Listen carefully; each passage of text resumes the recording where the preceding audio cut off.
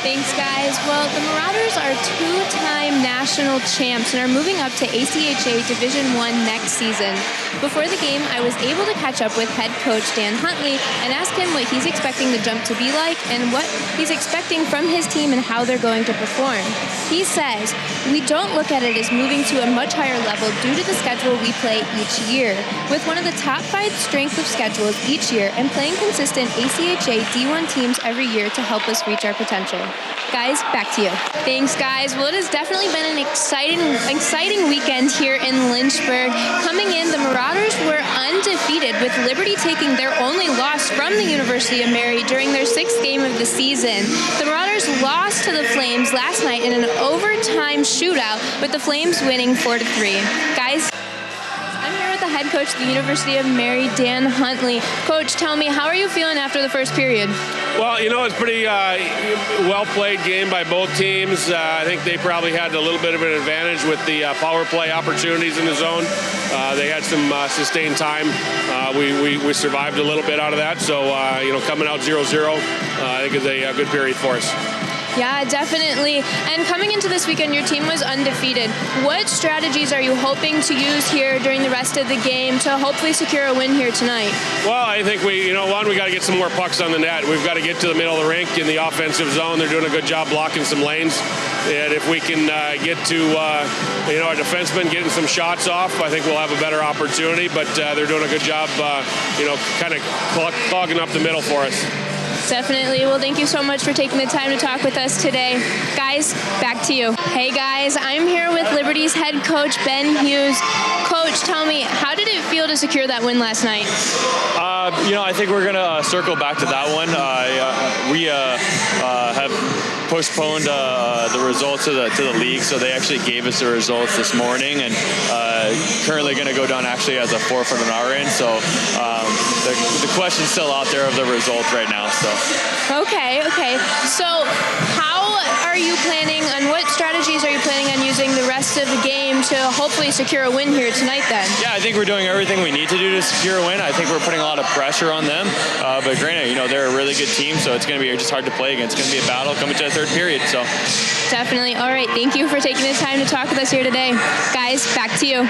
Going along with the common theme of prices continuing to rise, the travel industry is no different.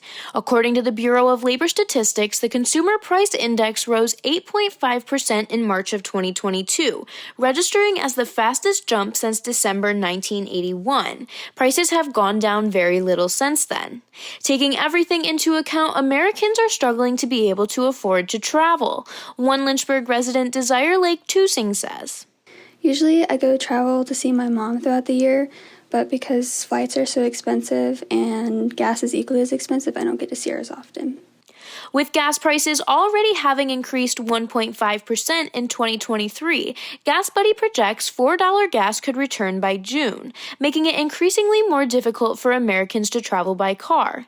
In October of 2022, the Consumer Price Index shows airfare inflation is up a massive 42.9%, according to the Bureau of Labor Statistics.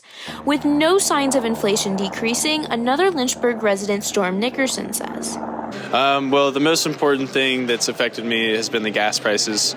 Gas rising has made it harder to budget for going home. I have to pay a lot more. What used to be a full tank could get me home, and now is about 2 tanks. Warm, sunny beaches and never-ending adventures have never sounded better. But many Americans are struggling to keep up with demanding high prices. Reporting to you live from Lynchburg, I'm Danielle Petroski. Inflation continues to rise from its 4% increase between 2021 and 2022, with an estimated overall inflation rate sitting at 6.5% in January of 2023. Businesses are continuing to raise prices to keep up with competition, while local Lynchburg residents are struggling to keep up with the demanding prices. Seeing the effects of these current events, local Lynchburg chains have been impacted significantly, including the local River Ridge Mall. Even with exciting new additions added to the mall, such as the hometown favorite Rookies and the popular chain store Home Goods, business has been slower than usual. Local residents are quite put out with the rising prices and had a thing or two to say about it. Honestly, it sucks, and everything's a lot more expensive now.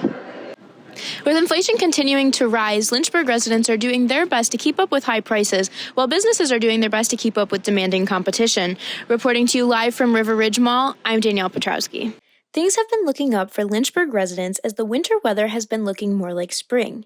Keeping up with its notorious Drenchburg title, there have been many rainy days in the recent weeks, with temperatures consistently staying around 50 for the daily high. But a little rain never scares residents too much, as they know there's always a sunny day right around the corner. Looking to soak up all the sunshine they can, Lynchburg residents have been out and staying active during the month of January, enjoying nature, going on hikes, jogging, sitting out with friends, and so much more. One Lynchburg resident, Megan Dunphy, says, It's been really rainy here and really cold, but I saw that the weather was going to be almost 60 today, so I knew I had to get outside. From scattered showers to sunny days, Lynchburg residents have been keeping an eye on the weather forecast to see whether or not they're going to need an umbrella or shades for the day. Reporting live from Lynchburg, I'm Danielle Petroski.